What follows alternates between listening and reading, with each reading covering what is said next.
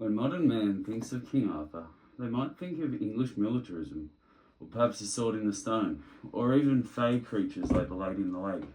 But few think of him in his original context, that of a Christian who fought against invading pagans to defend his native Britain. The life of King Arthur has always been placed in this liminal period between the abandonment of the Roman armies from the island on the northern edge of the empire, Britain, as they fled to defend their homes against invading barbarians. Between this and this successful invasion of England or Britain by the Anglo-Saxons. In fact, it is often said it is King Arthur himself who was able to keep the Saxons at bay for so long, leading many victorious battles against them. And it is only with his death and the crumbling of Camelot that allows the Saxons to successfully invade. Today, I'm not going to deep dive into the historicity, the historical accuracy of the Arthurian legends. But what I am going to do is to delve into the Christian saints who lived in and around this liminal space of the Romano-Celts and the Anglo-Saxons, and see where these saints, that as Orthodox, Catholic, and Anglican Christians we ought to take as historical, where they butt up against the legends of King Arthur and the host of characters surrounding him. I want to start with what comes to occupy the very heart of the Arthurian legend, the Holy Grail. The Grail is said to be the cup that was drank from at Christ's Last Supper. It was also said to retrieve Christ's blood from his pierced side on the cross. How did this cup get from Jerusalem, the very centre of the world, to the northwestern fringe, Britain? Enter Saint Joseph of Arimathea, the man who took Christ from the cross and buried him in a tomb meant for himself. It is this man, according to legend, who transferred the Grail to Glastonbury, the birthplace of Christianity in Britain, which has come to be identified, interestingly, with the Isle of Avalon. This is where Arthur was whisked away to after his final defeat, and where it is thought that his body remains to this day. If you go to Glastonbury Cathedral now, there is even a sign that still states that this is the burial place of King Arthur. There is more to tell about this story, as well as a possible earlier journey to Cornwall with our Lord himself, but that is for another day. This saint, Saint Joseph of Arimathea, lays the groundwork, but it is centuries before when King Arthur supposedly lived. Where that story is based on legend, the following is an official hagiography, meaning a story telling the life of a saint.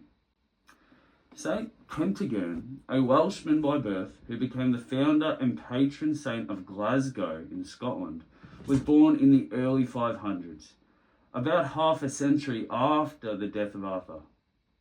Saint Kentigern's father is Owain, a king in what became known as the Old North, and based on the hagiographies, he is not a very good guy. And yet this historical figure, Owain, the father of Saint Kentigern, became the inspiration for later stories of the Arthurian knight Yvain, which is a variation of the same name. So we have an Arthurian knight, likely just a literary figure, but based on a real king who was the father to a saint. Let me share with you now another saint with a much closer connection, and to Arthur himself this time. Saint Dubricius of Caerleon is another Welshman born in the 5th century. Now Caerleon, the seat of Saint Dubricius's archbishopric, is also mentioned as the seat of King Arthur before Camelot was ever mentioned in the legends. It is possible that Caerleon is the inspiration for Camelot. However, the connection doesn't end there. It is also said in a hagiography, albeit a later one, that it was Saint Caerleon himself who crowned King Arthur. So, we've seen connections between Arthur in legends and even some loose connections in hagiographies. But is there any hard evidence of King Arthur or his knights at all?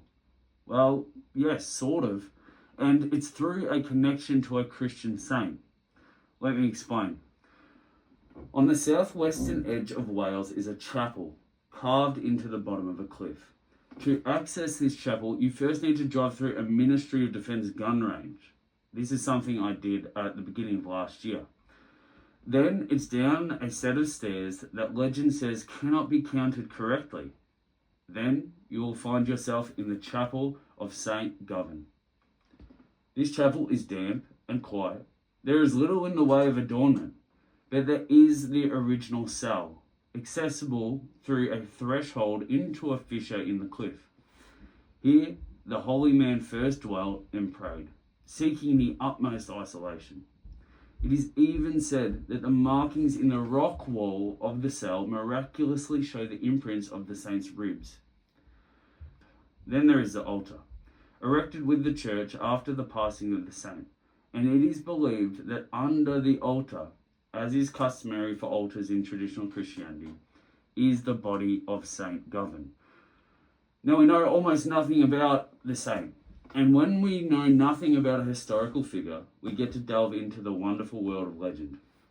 Now, the headland where the chapel is located is called St. Govan's Head, but it was once called Sir Gawain's Head. If you don't know, Sir Gawain is one of Arthur's greatest and most famous knights, as well as being his nephew.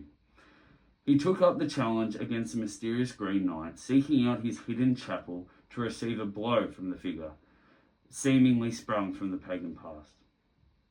The former name of the headland has led some to suspect, in addition to the fact that Govan is a corruption of the name Gawain, that they are, in fact, the same person.